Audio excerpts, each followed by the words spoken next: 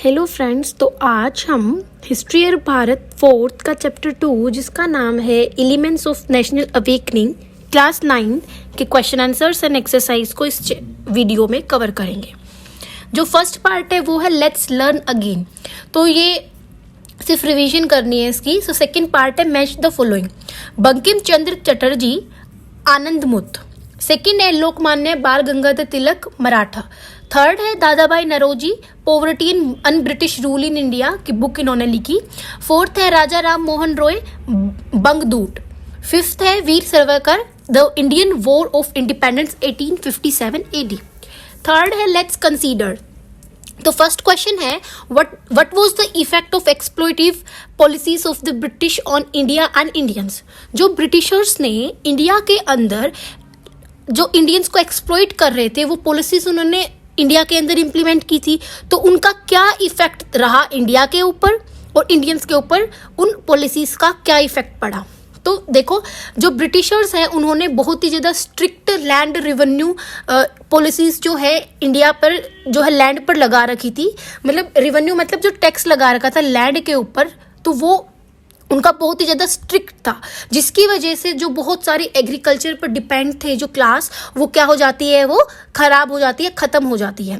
फिर है जो ब्रिटिशर्स जैसे ही इंडिया के अंदर इंडस्ट्रियल रिवोल्यूशन शुरू होता है, जब इंडस्ट्रीज़ को सेटअप किया गया था, तो जैसे ही रॉ मटेरियल जो है हमारी कंट्री जैसे इंग्लैंड है वहाँ पर रॉ मटेरियल अवेलेबल नहीं था, इंडिया के अंदर बहुत रॉ मटेरियल था, तो इंडिया से रॉ मटेरियल इंग्लैंड जा रहा था और इंग्लैंड से जो रॉ मटेरियल गया है वहाँ से जो फिनिश गुड्स है बन के वो इंडिया में आ रहा था। तो ऐसे यहाँ से रॉ मटेरियल लेके और यहीं पर फिनिश गुड्स को जो है कि वो बेच रहे थे।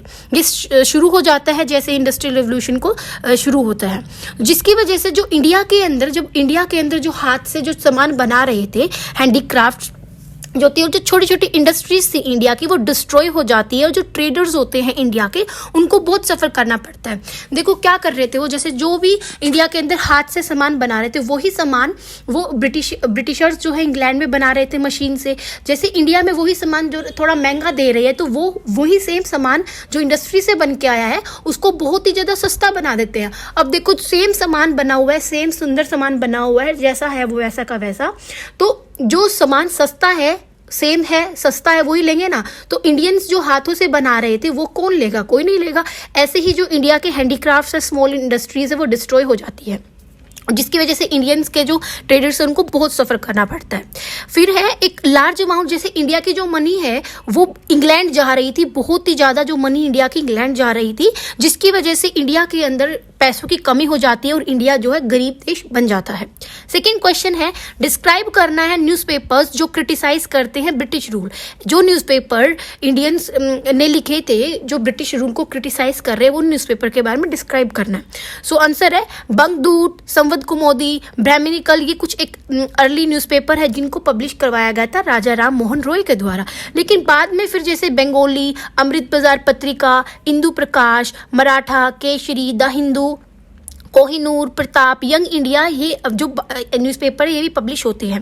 तो 1877 तक जो नंबर ऑफ न्यूज़पेपर हैं जो इंडियन लैंग्वेजेस में पब्लिश किए गए थे वो कितने हो जाते हैं, 169 रीच हो जाते हैं। इतने सारे न्यूज़पेपर 1877 तक पब्लिश किए जाते हैं।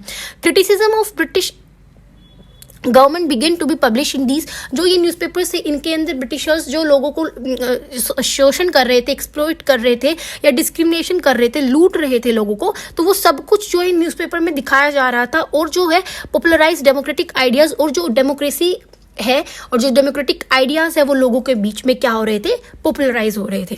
थर्ड क्वेश्चन है for what interest did the British start English education. कैसा कौन सा पर्पस था जिसकी वजह से ब्रिटिशर्स ने इंडिया में इंग्लिश लैंग्वेज को शुरू करवाया और कैसे इंडियंस ने इस एजुकेशन का, इंग्लिश एजुकेशन का एडवांटेज उठाया। जो पर्पस था ब्रिटिश गवर्नमेंट का कि इंग्लिश एजुकेशन को इंडिया में इम्प्लीमेंट कर दो, तो उसका पर्पस ये था कि जो वो थोड़े से ना सस्ते रेट पर जो है ना क्लर्क्स को बना देंगे, मतलब कि जो कम पैसों पर क्लर्क्स को वो कर देंगे, वो उनको और फिर जो है pave the way for maximum consumption of English goods. It happened in the beginning, ये जो है ना स्टार्टिंग में ये सारा चीज़ है ना शुरू होती है, लेकिन सून एक नई जो फिर बाद में क्या होता है ना, एक नई इंडियन इंटेलेक्चुअल क्लास जो है इंडिया के अंदर एमर्ज होती है स्टडी इंग्लिश को स्टडी करने के बाद। इंडिया के अंदर एक इंडियन इंटेलेक्चुअल, एक ऐसी क्लास जो बहुत ही इंटेलिजेंट थी, जिन्होंने इंग्लिश सीख ली थी, इंग्लिश का बहुत अच्छी तरीके से यूज़ कर रहे थे, तो वो क्लास क्या होती है फिर, एमर्ज होती है by reading western Bentham.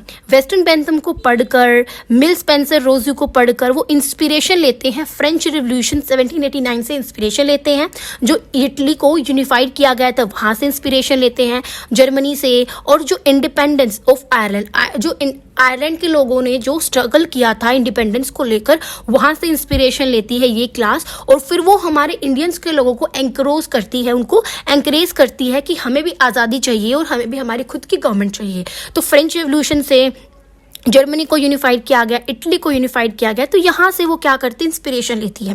Fourth question है, इज नेशनलिटी, क्या जो नेशनलिटी है इंडिया के अंदर, क्या वो एक ब्रिटिशर्स का गिफ्ट है? यस, जो नेशनलिज्म है वो ब्रिटिशर्स का ही गिफ्ट है इंडिया में, जिसकी due to exploitation and tyranny of Britishers, जो शोषण करते हैं इंडियंस का, जितनी जो सेक्शन है इंडिया के अंदर, वो क्या करती है, फिर प्रोटेस्ट करना शुरू करती है, क्योंकि हम तंग आ चुके थे, इन्होंने इतने ज़्यादा शोषण किया था लोगों का, जिसकी वजह से लोग प्रोटेस्ट करना शुरू करते हैं ताकि इंडिया आज़ाद हो सके। जो इंट्रोडक्शन है western language in India expose Indians to the struggle of other countries, जो इंट्रोडक्शन किया गया था वेस्टर्न लैंग्वेज का इंडिया के अंदर, expose Indians to the struggle, जिसकी वजह से इंडियंस क्या करते हैं, संघर्ष करते हैं of other countries, aspire to become an, और क्या खुद भी एस्पायर हो जाते हैं, खुद भी आशा करते हैं कि हमें भी हमारी कंट्री को इंडिपेंडेंट नेशन बनाना है।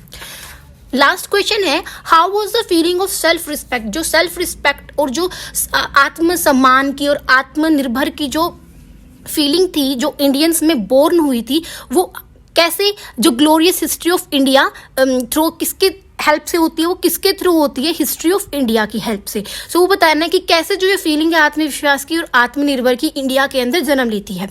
जो फॉरेन स्कॉलर्स थे ना, वो रिसर्च करते हैं इंडिया, जो हमारी एंशियंट इंडियन हिस्ट्री है ना, उसको रिसर्च किया जाता है फॉरेन स्कॉलर्स के द्वारा, और वो क्या करते हैं, ancient glorious cultural, historical and heritage of India को पूरे के पूरे वर्ल्ड के आगे लेकर आते हैं। जो रीडिंग होती है ब्राह्मी स्क्रिप्ट की बाय जेम्स प्रिंसेप, जो है ब्राह्मी स्क्रिप्ट को रीड करते हैं और वो इंफॉर्मेशन देते हैं किसके बारे में, मौर्यन एम्परर्स जैसे कि अशोका द ग्रेट के बारे में वो थोड़ी इंफॉर्मेशन देती है ब्राह्मी स्क्रिप्ट। और कनिंघम्स की जो आर्कियोलॉजिकल एक्सकवेशंस करते हैं, रिवील करती है great ancient heritage of India. और जो कनिंघम है ना, वो जो एग्जीबिशंस कराते हैं, जो खुदाई करके सामान मिलता है, वहाँ से हमारी जो इंडिया है उसकी विरासत के बारे में पता चलता है। और जो ये हिस्टोरिकल हेरिटेज है, वो किसी भी तरीके से जो ग्रीस की सिविलाइजेशन थी, रोम की सिविलाइजेशन थी, इनसे कम नहीं थी हमारी विरासत। और बहुत सारे फॉरेन स्कॉलर्स जो है प्रेस करते हैं वेदास को, उपनिषेद्स को, जिसकी वजह से सेल्फ रिस्पेक्ट की और सेल्फ एस्टीम की जो सेंस है वो इंडियंस के अंदर क्या लेती है, जन्म लेती है। तो ये जो चैप्टर है एलिमेंट्स ऑफ नेशनल अवेकनिंग, इसके क्वेश्चन आंसर्स कंप्लीट होते हैं। चैनल को सब्सक्राइब करना ना भूलिए, वीडियो को लाइक और शेयर जरूर करें। Thank you.